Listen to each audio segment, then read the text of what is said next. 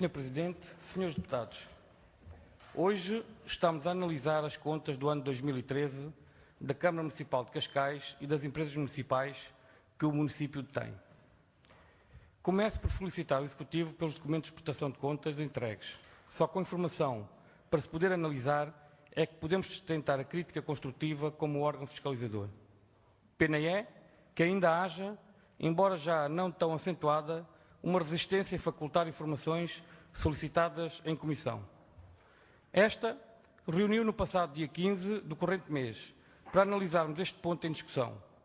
Contudo, só hoje, dia 23 de abril, dia da Assembleia, é que nos chegou a informação que prontamente o Sr. Vereador Piteira Lopes disse que nos facultava, contrariamente a outras vezes. É certo que o Vereador disponibilizou a informação no dia a seguir, mas tinha que esbarrar no coordenador da Comissão, que reteve a informação por alguns dias nos serviços municipais. Em nosso entender, devia ter agilizado para que a referida informação nos chegasse às mãos em tempo útil. Mas, mais uma vez, a informação solicitada não veio na totalidade, ou seja, enviaram-nos os relatórios e contas das empresas municipais, que já as tínhamos, em vez dos balancetes analíticos do mês 13 que solicitamos. Compreendemos a aflição de não nos facultarem informação crucial. Por isso, o Partido Socialista protesta veemente contra esta violação do direito à informação consignada no Estatuto do Direito de Oposição.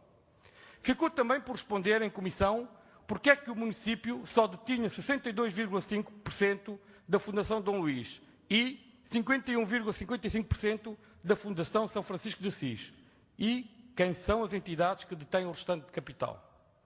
Mas passemos à análise da prestação de contas do ano 2013. Uma primeira constatação é que, após tantos anos, à frente dos destinos desta Câmara Municipal de Cascais, continuem a fazer orçamentos muito empolados.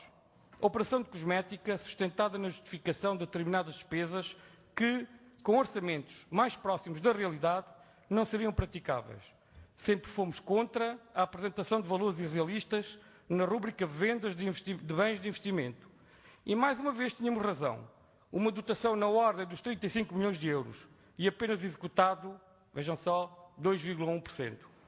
Verificamos que a taxa de execução do orçamento, a nível das receitas, foi inferior ao ano anterior, o que não se compreende. Além desta incapacidade na execução, a tendência é para diminuir. Chama-se a isto uma gestão com inovação. Senhor Presidente, senhores deputados, os impostos aumentaram face ao ano anterior, ao contrário da publicidade que fizeram, como se constata na receita cobrada, quer nos impostos indiretos, quer nos impostos diretos, como nas taxas, multas e outras penalidades. Estas três rúbricas totalizaram cerca de 90 milhões e 896 mil euros, demonstrando uma capacidade contributiva sustentada, recursos que muitos municípios deste país gostariam de ter. Mas, mesmo assim, as dívidas aumentam, como veremos. Quanto às dívidas a terceiros, médio e longo prazo, verifica-se uma diminuição de cerca de 3 milhões e 498 mil euros. Mas, em contrapartida, as dívidas a terceiro de curto prazo tiveram um acréscimo de cerca de 9 milhões e 423 mil euros. Ou seja, um aumento líquido de dívidas a terceiros de cerca de 6 milhões, sendo também preocupante e de realçar a dívida a fornecedores conta corrente de cerca de 12 milhões e 322 mil euros. Esta situação agrava-se com medidas de governação que colocam em causa a aplicação dos recursos que têm à sua disposição, originando padrões de qualidade muito reduzidos, ou seja, Cascais está a ser mal devolvida às pessoas, contrariamente à publicidade feita. Veja-se como exemplo o orçamento participativo do Parque de Gerações. Com critérios de tetos de investimentos definidos, deixam projetos construídos a meio, sem iluminação, os bebedouros não funcionam, sem casas de banho, espaço circundante sem manutenção e degradado e entrada que não devia ser em areia para que quem vá praticar no parque não suje os pés. A solução é abrir um concurso para que alguém feche a porta. Cria-se expectativas aos munícipes e depois transporta-se a responsabilidade de tudo o que corre mal para os autores que se candidatam com projetos para a melhoria do local onde habitam. Senhor Presidente, senhores deputados, quanto às empresas municipais, é verdade que as mesmas justificam-se pelo facto de possibilitar o abandono de formas de gestão dos serviços públicos locais muito burocratizados, permitindo assim o recurso a modelos mais ágeis para a satisfação das necessidades locais, melhorando a qualidade dos serviços prestados aos munícipes, criando empresas economicamente viáveis. Mas também sabemos que algumas empresas locais nasceram por voluntarismo autárquico, sem coordenação e com claro desperdício de recursos públicos, como foi o caso da Fortaleza, que se não fosse por força da lei, que obrigou que hoje ela se encontre fundida na Cascais Dinâmica.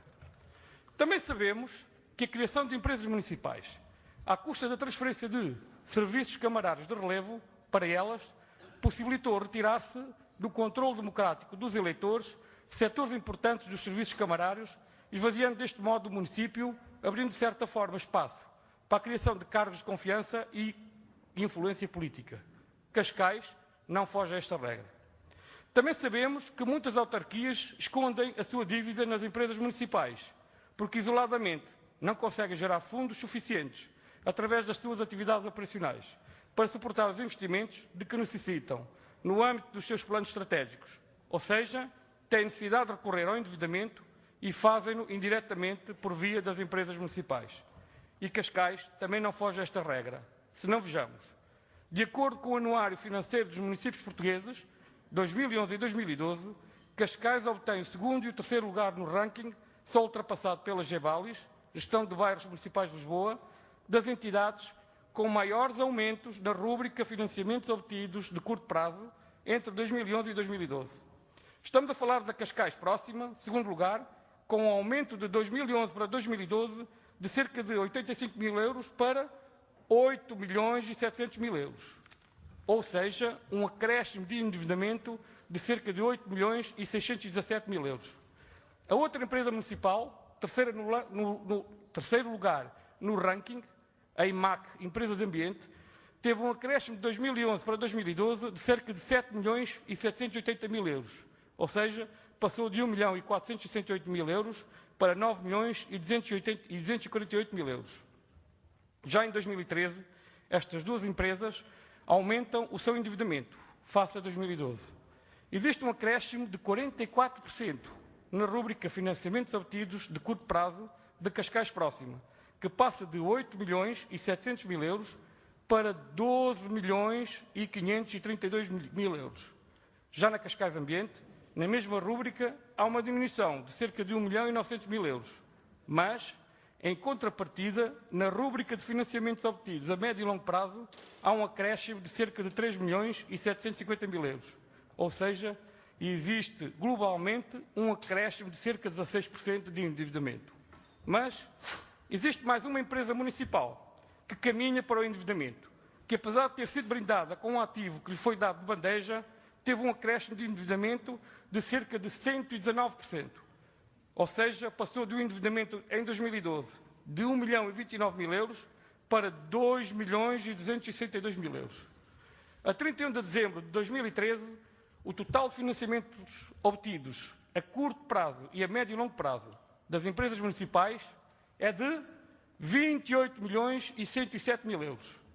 O total de gastos com juros de financiamento das empresas municipais aumentou cerca de 46,24% face a 2012. Ou seja, em 2012 gastaram 1 milhão e 155 mil euros e no ano de 2013 gastaram 1 milhão e 689 mil euros. Perante este cenário, constata-se uma estratégia assente numa má governação que nos preocupa bastante. Tendo a Cascais envolvente as suas contas, de certa forma, equilibradas, as outras três empresas municipais apresentam um endividamento em que a tendência é aumentar e não diminuir. Esta apreensão estende-se à dívida a fornecedores, que totaliza, nas três, os 6 milhões e 568 mil euros. Senhor Presidente, senhores deputados, se não se arrepiar caminho, estaremos a hipotecar a boa gestão dos recursos públicos no futuro, que em vez de serem direcionados para políticas sociais e de educação, serão por obrigação de uma troika para pagar dívida que ontem e hoje se contraiu e que amanhã, pelo que se verifica, continuará a contrair. Só poderá haver uma inversão da tendência da acumulação das dívidas se existirem excedentes orçamentais. Para este Executivo, a inversão só poderá acontecer com a manutenção da carga fiscal sobre os munícipes, isto é, não se vislumbra o desagravamento fiscal ao alcance do município de Cascais. Só poderemos aumentar a qualidade se reduzirmos os custos, ou seja, se soubermos gerir os recursos. Disse, Sr. Presidente. Muito obrigado.